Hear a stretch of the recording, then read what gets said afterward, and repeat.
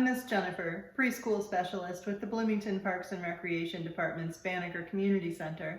On Thursdays, I'm sharing fun snacks you can make with your kids. Today, I'm making a crunchy snack that starts with pretzel rods that kids can then roll in different toppings.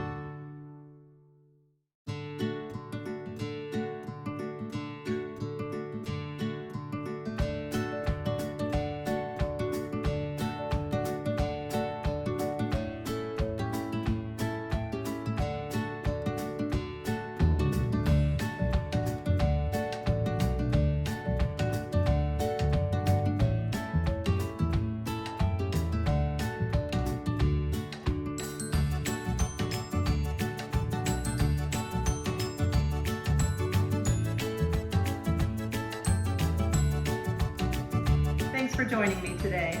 Check the Banneker Facebook page tomorrow for a Physical Friday activity.